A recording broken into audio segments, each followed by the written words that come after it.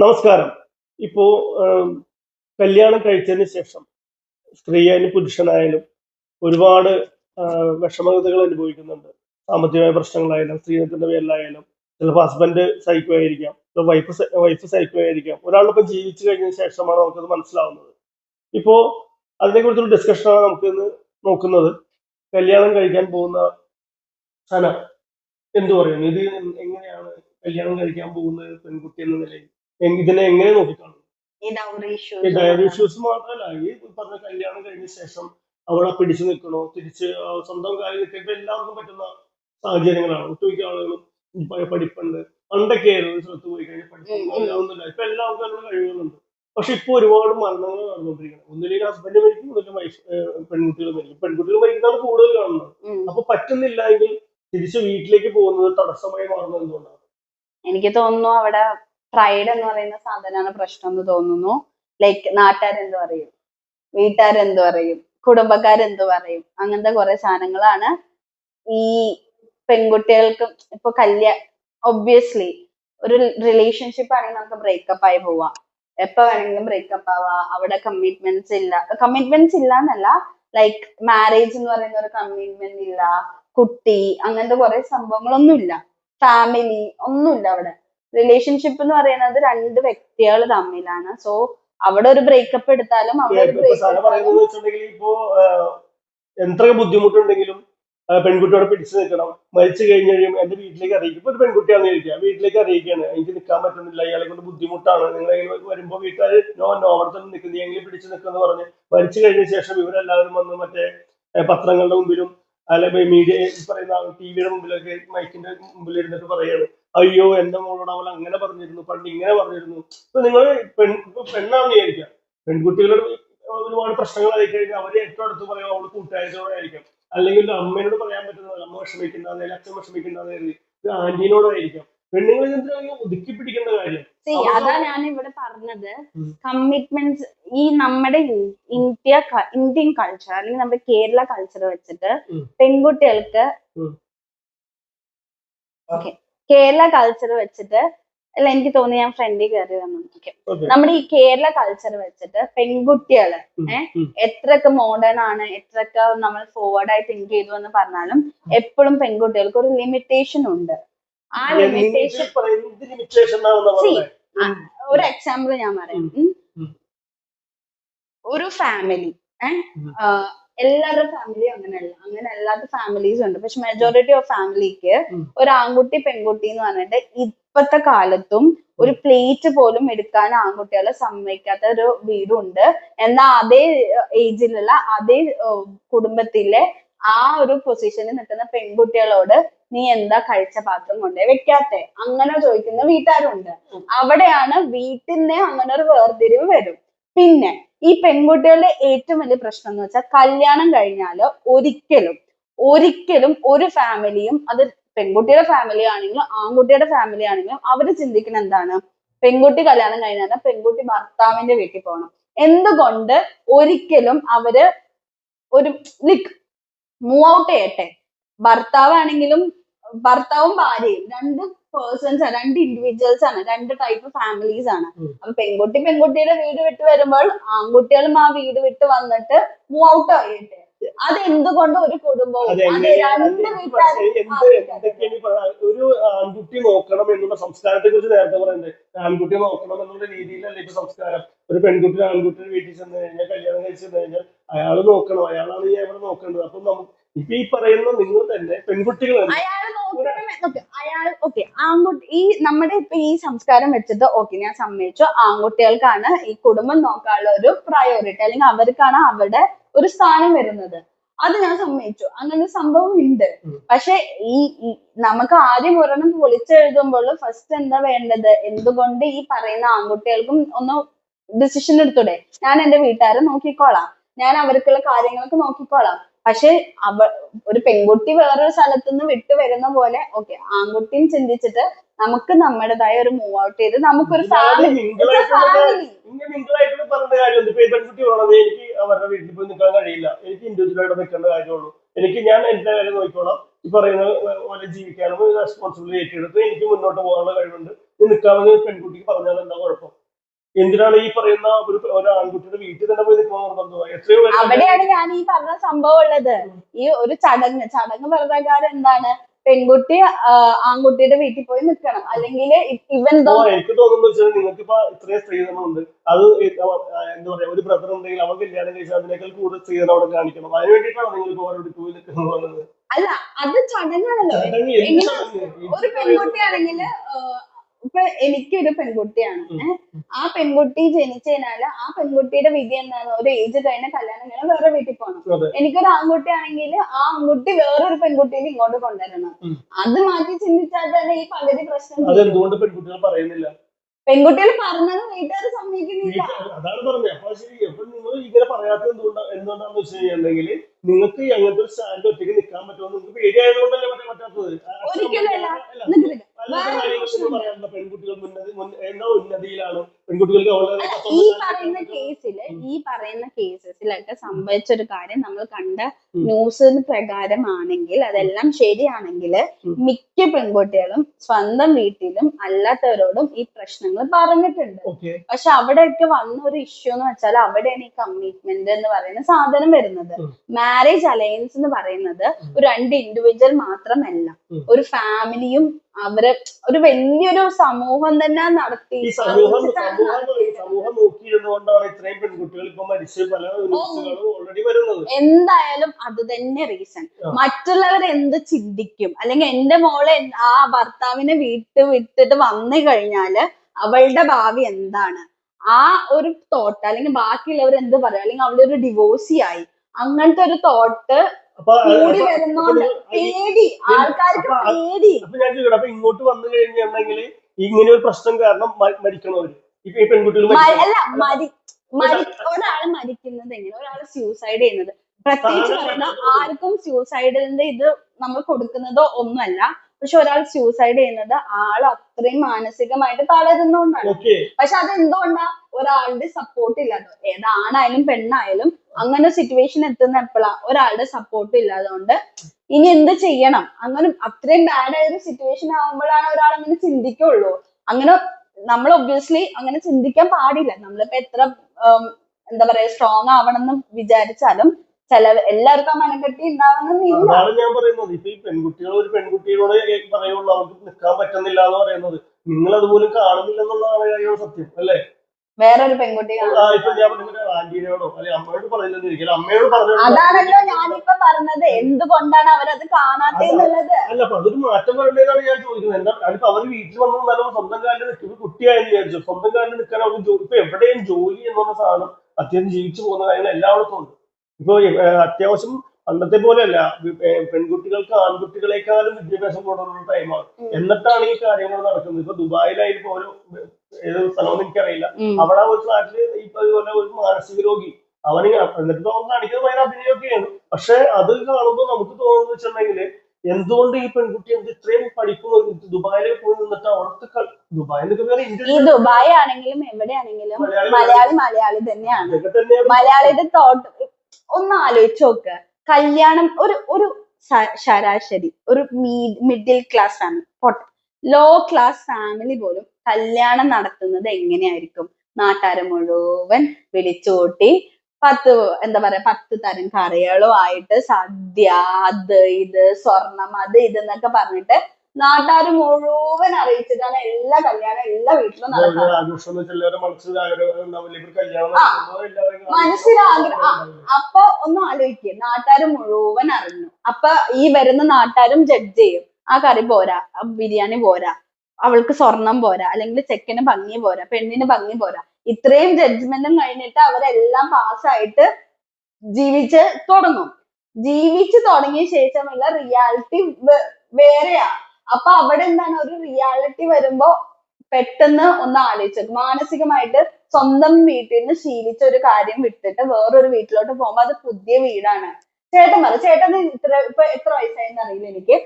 ഇത്രയും വയസ്സായിട്ട് ഓക്കെ, അത്രയും വയസ്സിൽ ശീലിച്ചൊരു കാര്യം മാറ്റാൻ ചേട്ടന് ബുദ്ധിമുട്ടായിരിക്കും. കല്യാണം കഴിഞ്ഞാൽ മാറ്റേണ്ടി വരും. അപ്പൊ എത്രത്തോളം മാനസികമായിട്ട് പ്രഷർ എത്രത്തോളം ഒരു പെണ്ണിന് കിട്ടുന്നുണ്ട്.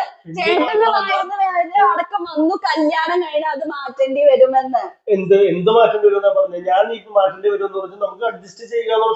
അഡ്ജസ്റ്റ്മെന്റ് അതെന്തുകൊണ്ട് എവിടെ എവിടെ ആണുങ്ങൾ സ്വന്തം വീട്ടിൽ നിൽക്കേണ്ടത്? അവർ ശീലിച്ച കാര്യങ്ങളൊക്കെ ശീലിക്കുന്നത്. പിന്നെ പറയുന്ന ആളുകൾ അഡ്ജസ്റ്റ്മെന്റ് ചെയ്യുന്നില്ല. എന്താണ് അഡ്ജസ്റ്റ്മെന്റ് ചെയ്തതെന്ന് പറഞ്ഞാൽ ഞാൻ ഒരാളുടെ കാര്യം മാത്രം പറയരുത്. നിങ്ങൾക്ക് ഈ പറയുന്ന പെൺകുട്ടികൾക്ക് ഈ പറയുന്ന നമ്മളിപ്പോ ഒരു ജോലി കഴിഞ്ഞ് വരുമ്പോൾ നമുക്ക് 100 കാര്യങ്ങൾ വെച്ചിട്ടുണ്ടെങ്കിൽ ഈ പറയുന്ന അവൾക്കും ഈക്വൽ ആയിട്ട് ഈ റവന്യൂ എന്നുള്ള സംഭവമുണ്ട്. ഈ നമുക്ക് കിട്ടുന്ന ശമ്പളം അത് എന്തിനൊക്കെ യൂസ് ചെയ്യണമെന്ന് ആളിന്റെ ഒരു ഐഡിയ ഉണ്ടാവും. കറക്റ്റ് ആയിട്ട് പോകുന്ന ഒരാളാണെങ്കിൽ. പക്ഷെ ഈ പറഞ്ഞ കാശ് രണ്ടുപേരുടെ കയ്യിൽ നിന്നായിരിക്കും. അപ്പൊ ഈ പറയുന്ന രണ്ടുപേരും ഒരുമിച്ചാണോ ഒരു വീട്ടിലെ കാര്യങ്ങൾ നടത്തുന്നതെങ്കിൽ ഈ പറയുന്ന പോലെ പ്രശ്നങ്ങൾ കുറവായിരിക്കും. ഈ ശരി ഒരാള് തന്നെയാണ് ഒരു വീട് നടത്തിക്കൊണ്ട് പോയെന്ന് വിചാരിക്കുക. പെണ്ണ് ഓൾറെഡി ഈ പറഞ്ഞ പോലെ പെണ്ണ് വന്നിട്ട് ക്യാഷ് ഉണ്ട്, എല്ലാ പെണ്ണിന്റെ വീട്ടിലും ക്യാഷ് ഉണ്ട്, പെണ്ണിന് ജോലിയുണ്ട്, ഒരു ബുദ്ധിമുട്ടുമില്ല.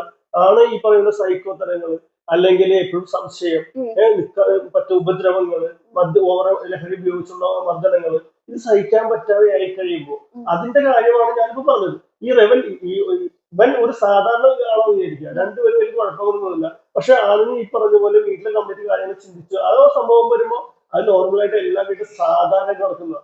ഞാൻ പറഞ്ഞത് സൈക്കോ തരങ്ങൾ കൊണ്ടും അല്ലെങ്കിൽ ഉപദ്രവങ്ങൾ കൊണ്ടും ഒരു പെൺകുട്ടി മരണപ്പെടാനുള്ള അവസ്ഥയിലേക്ക് എത്തുമ്പോൾ അവൾക്ക് എന്തുകൊണ്ട് തിരിച്ച് വീട്ടിലേക്ക് വരാൻ പറ്റില്ല എന്നുള്ള കാര്യത്തെ കുറിച്ചാണ് ഞാൻ ചോദിച്ചത്. അതൊരു ആണിനാണെങ്കിൽ പോലും നാട്ടുകാർ എന്ത് പറയുള്ളൂ, നീ അങ്ങനെ ചെയ്യരുതെന്ന് പറഞ്ഞിട്ട് അവരുടെ അടുത്ത് ഡൈവോഴ്സ് ചെയ്യാതിരിക്കാൻ പറയുന്നു. അത് ആണോ അനുഭവിക്കുന്നുണ്ട്, പെണ്ണ് അനുഭവിക്കുന്ന പോലെ. ആ ആളുകൾ എന്തുകൊണ്ടെന്ന് വെച്ചാൽ അവർ പറയില്ല, നാണക്കേടാണ് ആളുകൾ. ഈ സെയിം സംഭവം തന്നെയാണ് പെണ്ണുങ്ങൾക്കുള്ളത്, നാണക്കേട്. അതായത് ഞാനിപ്പോ അവളെ കാരണം എനിക്ക് നിൽക്കാൻ പറ്റുന്നില്ല എന്നുള്ള ആളുകൾ പറഞ്ഞാലും അത് സെയിം തന്നെ പെണ്ണുങ്ങൾക്ക് പറഞ്ഞു കഴിഞ്ഞാൽ ഓക്കെ ആണ് ഉപദ്രവിക്കുന്നവരാണ് അങ്ങനെയുള്ള ഒരു കൺസെപ്റ്റ് ഉണ്ട്. പക്ഷെ പെണ്ണുങ്ങളുടെ ഭാഗത്തുനിന്ന് ഇതുകൊണ്ട് എനിക്ക് ജീവിക്കാൻ പറ്റുന്ന ആള് പറഞ്ഞു കഴിഞ്ഞാൽ സത്യത്തിൽ അതൊരു അവരുടെ ആരോടും പറയാൻ ചിലപ്പോൾ ഒരു കൂട്ടുകാരോട് മാത്രം ഷെയർ ചെയ്യാൻ പറ്റുന്നുണ്ടാവുള്ളൂ. അപ്പോ അങ്ങനെയുള്ള സംഭവങ്ങൾ വരുമ്പോൾ ഇവർ രണ്ടുപേരും ഡൈവോഴ്സ് എന്ന് പറയുന്ന സാധനം വെച്ചിരിക്കുന്നത് മരണപ്പെട്ട് കഴിയുമ്പോൾ മരണത്തിലേക്ക് നയിക്കാതിരിക്കുന്ന സമയത്ത് ഒരു തിരിച്ചുപോക്കാണ് ശരിക്കും പറഞ്ഞു കഴിഞ്ഞാൽ. എത്രയോ കാര്യങ്ങളാണ് അങ്ങനെ ചെയ്യേണ്ടത്. ഈ പെണ്ണുങ്ങൾ മാത്രമല്ല മരിക്കുന്നത്. പക്ഷെ ഞാൻ പറയുന്നത് വീട്ടുകാർ അതിന് സപ്പോർട്ട് ഇപ്പൊ ആളിനെ കേൾക്കാനായാലും പെണ്ണെ കേൾക്കാനും ഉണ്ടായിരിക്കണമെന്നുള്ളതാണ്. അതില്ലാത്ത റീസൺ ആണ് ഞാൻ ഈ പറയുന്നത്. പ്രൈഡ്, അവർക്ക് അഭിമാനം പോകും. അഭിമാനം പോകും എന്ന് പറയുന്നത് ആരും ഒരു ജീവിതത്തിലും നടക്കാത്ത ഒരു സംഭവം എന്നല്ല ഈ ഡൈവോഴ്സ്. എനിക്ക് ഒരാളെ പറ്റുന്നില്ലെങ്കിൽ പറ്റില്ല എന്ന് പറഞ്ഞ് മാറി നിൽക്കാനുള്ള ഒരു സ്വാതന്ത്ര്യം വേണമെന്നുണ്ട്. അതിന് മുൻകൈ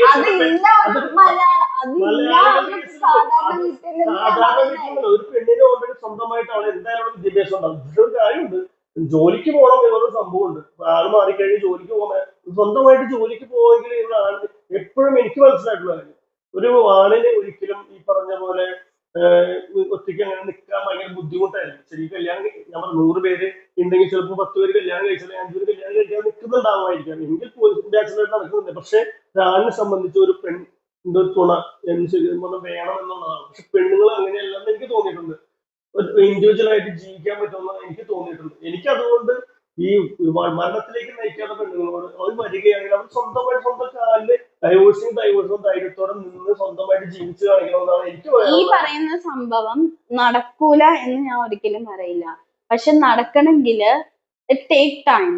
കാരണം പെട്ടെന്നൊരു സംഭവത്തിൽ നമുക്ക് ഒരിക്കലും ഒരാളുടെ കൾച്ചർ മാറ്റാൻ പറ്റുന്ന കാര്യങ്ങൾ എത്രയോ ഉദാഹരണങ്ങൾ കണ്ടിട്ടും ഈ പറയുന്ന ഞാൻ മിക്കപ്പോഴും കണ്ടേക്കുന്ന ഒരു വൺ ലൈനാണ്. ഈ എന്താ പറയാ, ഒരു പെൺകുട്ടിയുടെ മരണവാർത്ത ലോകം പറഞ്ഞു കഴിയുമ്പോൾ അവൾ എന്നോട് എന്തോരം പറഞ്ഞിരുന്നറിയാമോ, ഞാൻ എന്നിട്ട് എന്ത് ചെയ്യാനാ എന്ന് പറയുന്ന മരിച്ചു കഴിയുമ്പോൾ അത് പെണ്ണാണ് മിക്കപ്പോഴും പറഞ്ഞാൽ ഞാൻ കണ്ടിട്ടുള്ളത്. അത് ആളുകൾ വളരെ കുറവായിരിക്കും.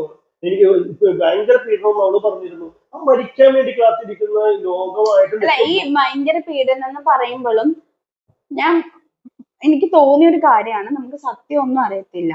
പക്ഷെ ഒരു നടക്കാൻ ചാൻസ് ഉള്ള ഒരു കാര്യം എന്ന് വെച്ചാല്, എനിക്ക് ഇപ്പോ ഇഷ്യൂസ് ഉണ്ട്. ഞാൻ ഭയങ്കരമായിട്ട് എന്താ പറയാ ആ ഒരു സിറ്റുവേഷനിലാണ്, ഭയങ്കര ടോർച്ചർ അനുഭവിക്കുന്ന സിറ്റുവേഷനിലാണ്. ഒബ്വിയസ്ലി ഞാൻ എന്റെ ഫ്രണ്ടിനോടോ എന്റെ വീട്ടിലോ പറയും. പക്ഷെ ആ വീട്ടിൽ നിൽക്കുന്ന അമ്മയാണെങ്കിലും അല്ലെങ്കിൽ ഞാൻ ആരോടാണോ പറയുന്നത് അവരുടെ സിറ്റുവേഷനിൽ മേ ബി ഈ സിമിലർ സിറ്റുവേഷനിൽ തന്നെ ആയിരിക്കും. ഇപ്പൊ ഞാൻ ഒരു എക്സാമ്പിൾ പറയാം. അവരുടെ വീട്ടില് ഇപ്പൊ ഞാൻ എന്റെ അമ്മേനോടാണ് പറയുന്നതെന്ന് വിചാരിക്കുക. ആ അമ്മ ഒരു ഫാമിലി ആയിട്ട് നിൽക്കുവാണ്. ആ അമ്മയുടെ സിറ്റുവേഷൻ എന്താ നമുക്കറിയില്ല. ആ അമ്മയ്ക്കും മൂവ് ഔട്ട് ചെയ്യണം എന്നുണ്ട്, പക്ഷെ സാഹചര്യം കൊണ്ട് അവിടെ വെയിറ്റ് ചെയ്ത് അഡ്ജസ്റ്റ് ചെയ്ത് ജീവിക്കുന്ന ഒരാളാണ്. അപ്പൊ ആ അമ്മ ഒരിക്കലും മകളോട് നീ ഇട്ടിട്ട് പോരെ എന്ന് ധൈര്യത്തോടെ പറയത്തില്ല. അതല്ല ഞാൻ പറഞ്ഞത്, ഇട്ടിട്ട് പോരെ എന്ന് പറഞ്ഞാൽ വീട്ടിലേക്ക് വരണമെന്ന് തന്നെ ഇല്ലല്ലോ. ഈ പറയുന്ന ആൾക്ക് ഒരുപാട് വീടുകളും റെന്റിന് എടുത്തിട്ടായാലും ഒരുപാട് ആളുകൾ ജോലി ചെയ്ത് ജീവിക്കുന്നുണ്ട്. എത്രയോ നമുക്ക് കൊച്ചിയിൽ തന്നെ നമ്മൾ കണ്ടിട്ടുണ്ട്. ഒരുപാട് ആളുകൾ ഹസ്ബൻഡ് ആൻഡ് വൈഫ് ജോലിക്ക് പോകുന്നത്, വൈഫുകൾ പെൺകുട്ടികൾ മാത്രം തന്നെ എത്രയോ പേര് ജീവിക്കുന്നുണ്ട്. ഒരു ജോലി ചെയ്ത് അവളുടെ കുഞ്ഞിനെ നോക്കി ജീവിക്കുന്ന എത്രയോ പേരുണ്ട്. പക്ഷെ ഈ പറയുന്ന സ്ത്രീകൾ ഈ പറയുന്ന ഡൈവോഴ്സ് ആണെന്ന് അറിയുമ്പോൾ ഉണ്ടാവുന്ന പ്രശ്നങ്ങൾ, അത് കല്യാണം ഈ കഴിക്കാത്ത പെണ്ണുങ്ങളായാലും കല്യാണ പെൺകുട്ടികളായാലും അനുഭവിക്കുന്ന ഒരുപാട് കാര്യങ്ങളുണ്ട്. അതിൽ നിന്ന് ഞാൻ പറയുന്നില്ല ആണുങ്ങളെ പോലെ എല്ലാം ശരിയാണ്. പക്ഷെ ഈ പറയുന്ന ഒരു മരണത്തിലേക്ക് നയിക്കാതെ എന്തുകൊണ്ട് ഒരു സ്റ്റാൻഡ് എടുത്തുകൂടാ? വീട്ടിലേക്ക് പോകണ്ട, അമ്മ ഞാൻ ഡൈവേഴ്സായി മാറിയാണ്, എനിക്ക് അയാളെ പറ്റുന്നില്ല, ഞാനിപ്പോ നാട്ടിലൊന്നും നല്ല പ്രശ്നമുള്ളൂ, എനിക്ക് വേറെ സ്ഥലത്ത് ജോലി ചെയ്യാം, ഞാൻ ജോലിക്ക് പോയി കഴിഞ്ഞാൽ ഒരു റെന്റ് കൊടുത്ത് ജീവിക്കാൻ പറ്റാത്ത എത്രയോ കാര്യങ്ങളുണ്ട്. ഞാൻ പറയുന്ന കാര്യങ്ങളാണ്. എന്തിനാണ് വീട്ടിലേക്ക് തന്നെ വരണമെന്ന് പറയണേ? പിന്നെ ഇപ്പൊ പറഞ്ഞത് നമുക്ക് ചെയ്യാം, പക്ഷെ ഈ പറയുന്നവരുടെ സിറ്റുവേഷൻ, എന്ത് ലൈഫ് സിറ്റുവേഷനിലാണ് അവർ നിൽക്കുന്നത് നമുക്കറിയില്ല. ഇപ്പൊ ഈ പറയുന്ന സംഭവം ഇപ്പൊ എനിക്ക് ഇങ്ങനെ ഒരു സിറ്റുവേഷൻ വന്നു, ഞാൻ ഇപ്പൊ ലവ് മാരേജ് ആണെങ്കിലും അറേഞ്ച് മാരേജ് ആണെങ്കിലും എനിക്ക് ഇങ്ങനെ ഒരു സിറ്റുവേഷൻ വന്നാൽ എനിക്ക് ധൈര്യത്തിൽ എന്റെ വീട്ടിലോട്ട് പോകാനുള്ള ധൈര്യം ഉണ്ട്, അവരെന്നെ സപ്പോർട്ട് ചെയ്യുന്നുള്ള എനിക്ക് ഉറപ്പുണ്ട്. അല്ല അങ്ങനെയല്ല, ഞാൻ ഒരു കാര്യം പറയുന്നത്, ഇപ്പൊ ചേട്ടൻ പറഞ്ഞല്ലോ ആണുങ്ങൾക്ക് ഒബ്വിയസ്ലി ഒരു പെണ്ണിന്റെ സപ്പോർട്ട് ഇല്ലാണ്ട് ജീവിക്കാൻ പറ്റില്ല. പെണ്ണുങ്ങൾക്കും അങ്ങനെ, പെണ്ണുങ്ങൾക്ക് പക്ഷെ വേണമെങ്കിൽ ഒറ്റയ്ക്ക് ജീവിക്കാന്ന്, അതൊക്കെ കറക്റ്റാ. പക്ഷെ എന്നാലും നമ്മളൊരു തളർന്നിരിക്കുന്ന സമയത്ത് നമുക്കൊരു ആശ്വാസമായിട്ട് ഒരു ടീം നമുക്ക് വേണം. അത് മനുഷ്യരാണ്. എന്തായാലും ഒരു ആശ്വാസമാണ്. മോളെ എനിക്ക് നീ ഉണ്ട്, അല്ല ഞാൻ ഉണ്ട്, നിനക്ക് സാധനമാണ്. അപ്പൊ നിങ്ങൾ തന്നെ നേരത്തെ പറഞ്ഞത് ആണുങ്ങൾക്ക് ജീവിക്കാൻ പറ്റുമോ പറഞ്ഞത്? ഞാൻ ഡൈവോഴ്സ് ആണ് കൂടുതൽ എഫക്ട് ചെയ്യുന്നത്, പെണ്ണുങ്ങൾക്ക് വീട്ടിലേക്ക് നോ എന്ന് പറഞ്ഞ് വരാൻ പറ്റില്ലെന്നാ പറഞ്ഞത്. ഞാൻ എന്തൊക്കെ പറഞ്ഞത് എല്ലാവർക്കും ഞാൻ പറയുന്നത് മനസ്സിലാവുന്നില്ല. ഞാൻ പറഞ്ഞത് ഇപ്പൊ എല്ലാ ഫാമിലിയിലും ഇപ്പൊ ഇതേപോലെ എനിക്ക് ഇങ്ങനെ ഞാൻ വിഷമം പറഞ്ഞു എന്റെ വീട്ടില് എനിക്ക് ടോർച്ചറാണ്, എനിക്ക് വിട്ടിട്ട് പോണം.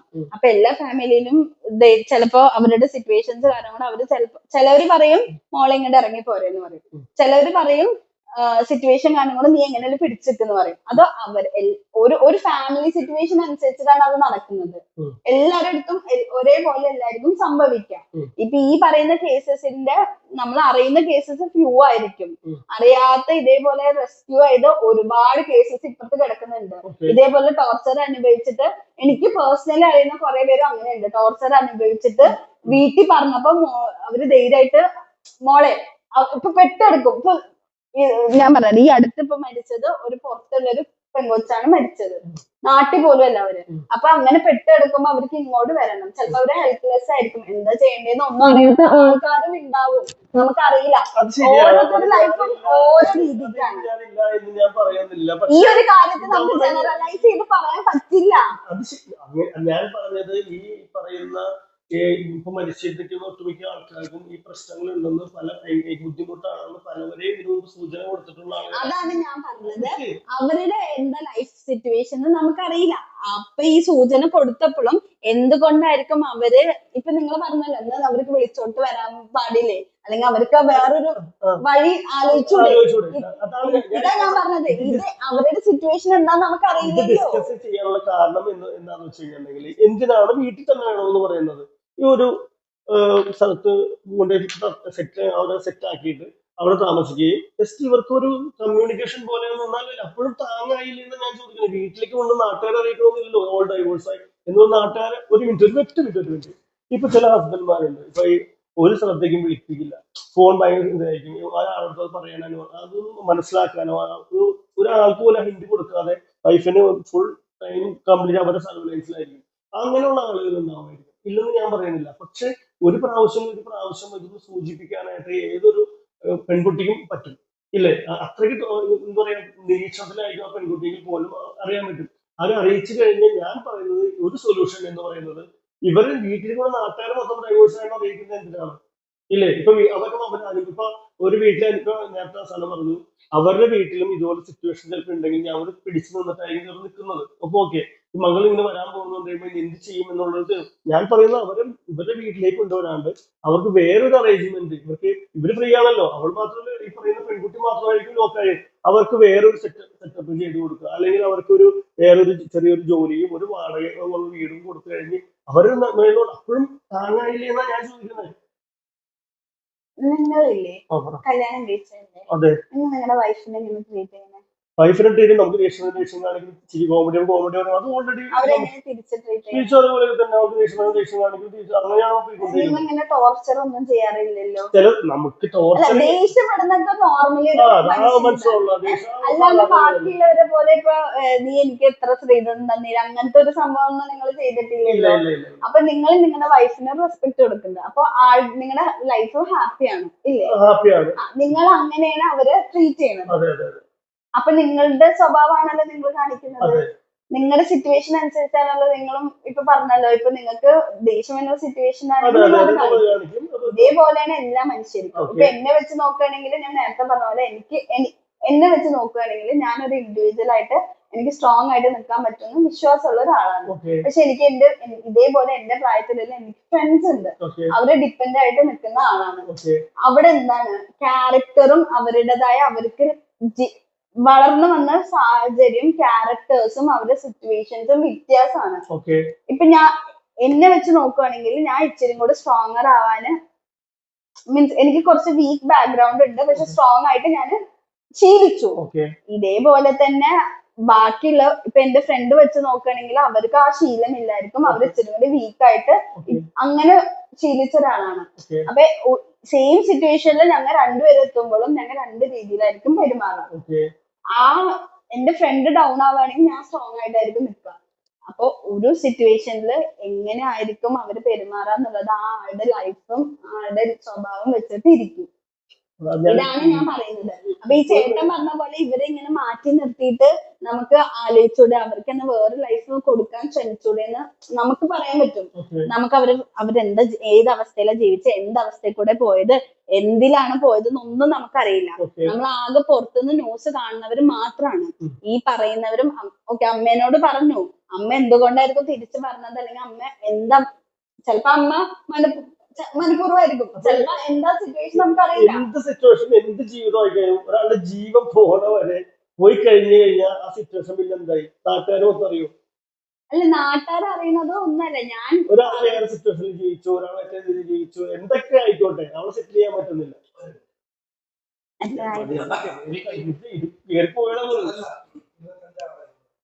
ഓക്കെ തുടങ്ങാം. എന്താണ് അറ്റൻഡൻസ് അത് പോയിക്കൊണ്ടിരിക്കല്ലേ? ഓക്കെ അല്ലേ? അപ്പൊ ഒരു പെൺകുട്ടി അവള് അപ്പൊ മരിച്ചോട്ടെ എന്നാണ് പറയുന്നത്. അപ്പൊ ഈ പറയുന്ന ഒരു സംഭവത്തിന് നമുക്ക് സൊല്യൂഷൻസ് പറയാൻ പറ്റില്ല. ഒരാളുടെ നമുക്ക് അറിയത്തില്ല അവർ എന്ത് സിറ്റുവേഷനിൽ അങ്ങനെ ഒരു തീരുമാനം എടുത്തെന്ന്. നമ്മൾ അവരുടെ അവസ്ഥയിൽ നിന്നിട്ടില്ല. അപ്പൊ ഒരിക്കലും ഇപ്പൊ ഈ പറയുന്നതിന് നമുക്കൊരു സൊല്യൂഷൻ കാണാൻ പറ്റില്ല. കാരണം ഇത് ജനറലൈസ്ഡ് അല്ല. ഓരോരുത്തരും ഓരോ ലൈഫിൽ കൂടെ പോണ ഓരോ ജീവിത സാഹചര്യമാണ്. ആ ജീവിത സാഹചര്യം അനുസരിച്ചിട്ട് അവര് തീരുമാനങ്ങൾ എടുക്കുന്നത്. മരിക്കുന്നത് മരിക്കും, ജീവിക്കുന്നത് ജീവിക്കും എന്നാണ് പറയുന്നത്. അങ്ങനെയല്ല ഒരിക്കലും ഞാൻ ഇപ്പോഴും പറയുന്നത് സ്യൂസൈഡ് എന്ന് പറയുന്നത് ഒരു സൊല്യൂഷൻ ആണെന്നോ അല്ലെങ്കിൽ അങ്ങനെ ചെയ്യണമെന്നോ അങ്ങനെ ഇതൊന്നുമല്ല. അവരിപ്പോഴും ഞാൻ പറയുന്നത് അവരുടെ നമുക്കറിയില്ല അവരെന്തുകൊണ്ടാണ് ആ അവസ്ഥയിൽ ചെയ്തത്. അപ്പൊ നമുക്ക് ആരെയും ബ്ലെയിം ചെയ്യാൻ പറ്റില്ല. അതാണ് ഞാൻ ഉദ്ദേശിക്കുന്നത്. പക്ഷെ ഈ പറയുന്ന പോലെ ചേട്ടൻ പറഞ്ഞ പോയിന്റ് കറക്റ്റ് ആണ്. ഈ പറയുന്ന പോലെ ഒരു ഫാമിലിനോട് അവർ കംപ്ലൈന്റ് പറഞ്ഞിട്ടുണ്ട്, അവര് രക്ഷപ്പെടുത്താനോ അല്ലെങ്കിൽ അവർക്ക് വേണ്ട ഒരു ലൈഫ് കൊടുക്കാനോ ഈ പെണ്ണിന്റെ ഫാമിലിക്ക് പറ്റുവാണെങ്കിൽ ഏറ്റവും ബെസ്റ്റ് അത് ചെയ്യുന്നത് തന്നെയാണ്. അത് പിടിച്ചോണ്ട് തിരിച്ച് വീട്ടിലേക്ക് കൊണ്ടുവരാനോ അല്ലെങ്കിൽ അങ്ങനൊന്നല്ല, ഒരു ഇൻഡിവിജ്വൽ ആയിട്ട് അവരെ നിർത്താൻ വേണ്ടിയിട്ട് പഠിപ്പിച്ചാൽ മതി. ഇനി വരുന്ന പെൺകുട്ടികളെ അത് തന്നെ പഠിപ്പിക്കണം. പക്ഷെ ഇപ്പൊ നടന്ന സിറ്റുവേഷനില് നമുക്ക് എന്താ നടന്നതെന്ന് അറിയാത്തോണ്ട് നമുക്ക് ഒരിക്കലും അത് വെച്ചിട്ട് ജഡ്ജ് ചെയ്യാൻ പറ്റില്ല എന്നാണ് ഞാൻ ഉദ്ദേശിച്ചത്. ഓക്കെ ഇപ്പൊ സന പറയുന്ന കാര്യം ഓക്കെയാണ്. പക്ഷെ എനിക്ക് ജനങ്ങളോടാണെങ്കിലും എനിക്ക് പറയാനുള്ള എന്ന് വെച്ചിട്ടുണ്ടെങ്കിൽ നമുക്ക് എന്ത് സിറ്റുവേഷനും ആയിരിക്കാം, ചിലപ്പോൾ അയാളെ താങ്ങാൻ പോലും പറ്റില്ല, പക്ഷെ അയാൾക്ക് ഒരു വഴി കാണിച്ചു കൊടുക്കുക.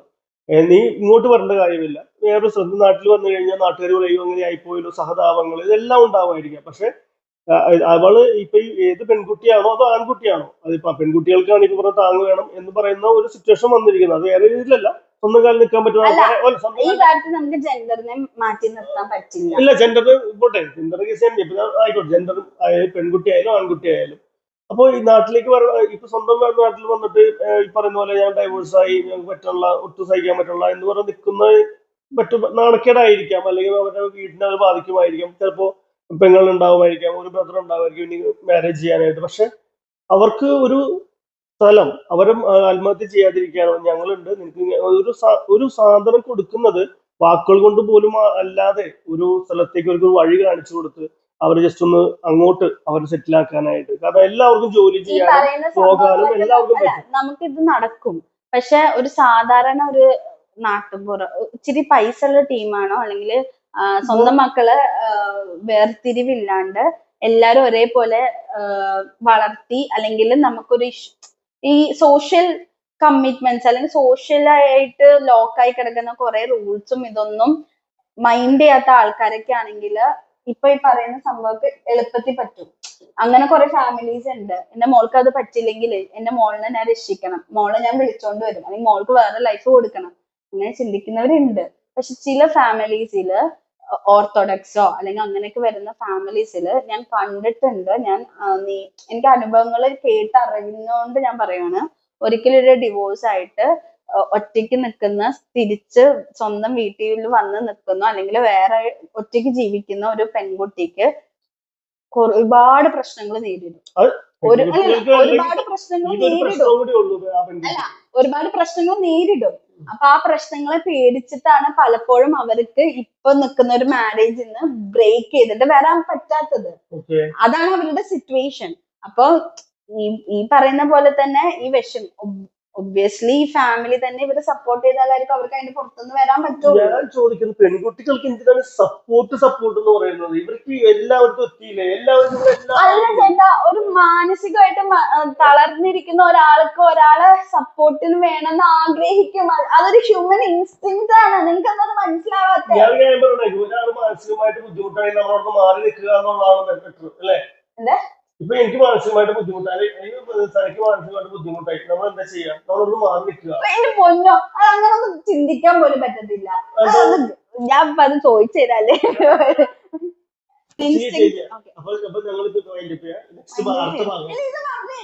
ഒരു ഹ്യൂമൻ ഇൻസ്റ്റിങ്ക്റ്റ് വെച്ചിട്ട് നോർമൽ ആയ ഒരു മനുഷ്യന് ഒബ്വിയസ്ലി ഒരു ഇഷ്യൂസ് വരുമ്പോ അവരൊക്കെ ഒരു സപ്പോർട്ട് വേണം എന്ന് അവർ ആഗ്രഹിക്കും. അത് ആണായാലും പെണ്ണായാലും അങ്ങനെയാണ്. അപ്പൊ ആ ഒരു സപ്പോർട്ട് ഒരു സപ്പോർട്ടും ഇല്ല, ഞാൻ ഒറ്റയ്ക്കായി പോയി എന്നൊരു ചിന്ത വരുമ്പോഴാണ് പലപ്പോഴും ബാഡ് ആയിട്ട് ചിന്തിക്കാറ്. ഒരു സാധാ മനുഷ്യൻ അങ്ങനെയാണ്. അപ്പൊ ഈ പറയുന്ന പോലെ ഓക്കെ, പെണ്ണുങ്ങള് സ്ട്രോങ് ആണ്, എല്ലാം ശരിയാണ്. പക്ഷെ ഒരു സിറ്റുവേഷൻ വരുമ്പോൾ എങ്ങനെയായിരിക്കും അവർ ബിഹേവ് ചെയ്യാൻ നമുക്ക് പറയാൻ പറ്റില്ല. അപ്പൊ അതുകൊണ്ട് ഞങ്ങൾ വീണ്ടും തുടരുന്നതായിരിക്കും. ഇതോടെ അവസാനിക്കുന്നില്ല. അടുത്ത എപ്പിസോഡ് അടുത്ത ദിവസം. Thank you.